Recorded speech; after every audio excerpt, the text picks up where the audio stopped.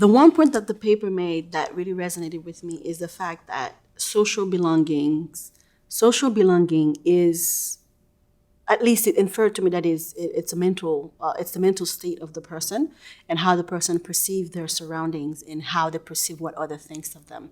And in terms of bringing that to a personal level, when I immigrated here, we moved from Haiti to Massachusetts, where you're coming from a country, after 200 years of independence, where everybody looks the same. And now you're in a country where, not everybody looks like you. And you might be lucky if you see somebody else that look like you in 5 days. So, but, I had already known what I was coming into. So that was a little bit of a challenge. It was a new thing, just, being, excited about meeting new people and different culture. But then when you add the language barrier, which is, very, very tough because you can't communicate even though you want to speak to somebody, then it gives you different mental states where, oh my goodness, you're frustrated, you don't know how to approach the person, you don't know how to communicate, and maybe that person doesn't like you because you sound this way. So going into high school, it was very difficult because, you have sports, people play sports, and, they're always talking to each other, even using a locker and doing the combination. If you can't use it right, you can't even ask somebody for help because you don't know how to do it.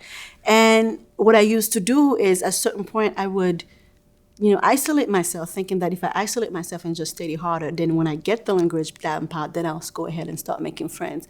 But early on, I realized that while everybody would be having good conversation and good time together, I would just be sitting by myself. And I felt like, isolating myself wasn't the right thing to do. So I went, the next time I went inside the cafeteria, I just sat with everybody. It was only loudness around me because I had no idea what was going on. But, over time, I would catch certain words and certain phrases. And, it allowed me to also see that, some of the girls that I thought, wouldn't talk to me just because it's not that. It's just they don't know how to communicate with me as well.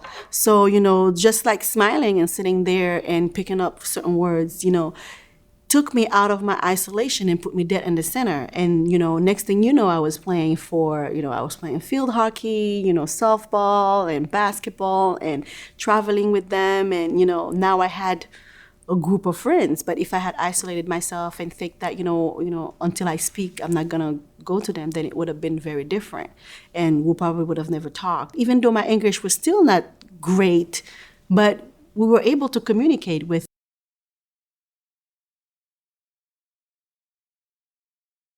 For like one of the class, we had a group, and I'm not sure if it's because I didn't talk to them more or they didn't talk to me, but since, when I would speak, when the professor would be like, introduce yourself, I thought that people would know that, I'm not from here.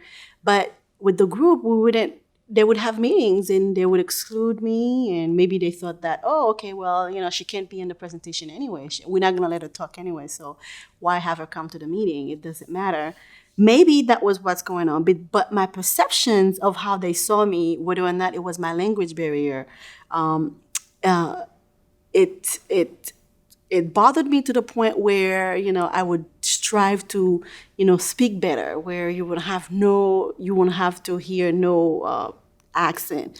And then where I would try to, study more because maybe they think I'm stupid because, I don't understand what's going on, or, because of the race as well. With all of this, I would be crying every Friday night, trying to get the homework done, and also, wondering what is wrong with me. And I would be talking to my dad, and my dad said to me one time, don't worry about whether people think you're stupid or whether they think that, you're stupid because of your accent, of your color. Just learn what they know.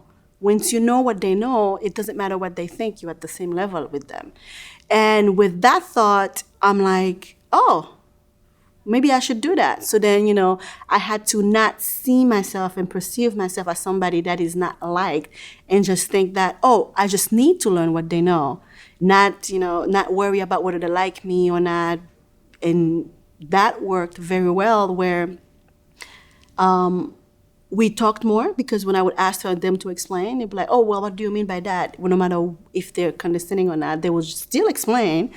And so then I would know more. And then, it would just generate conversations and do put me in a better place. You start forming relationships with people that you perceived didn't like you at any levels at all. But it's just that I feel like the way I perceived it, since I changed it, it made me more receptive towards the other person, or vice versa as well.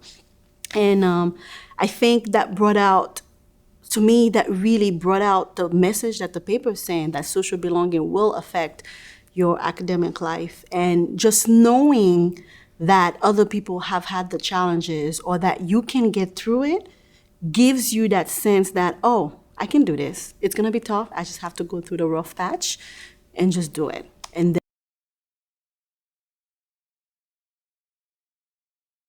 so when I read the paper, I've teed a couple of times, and I've always thought about using this approach whenever I become a professor. But when I read the paper, it really cemented that in my mind, that there's something that I should do, because I believe that the first impression always counts.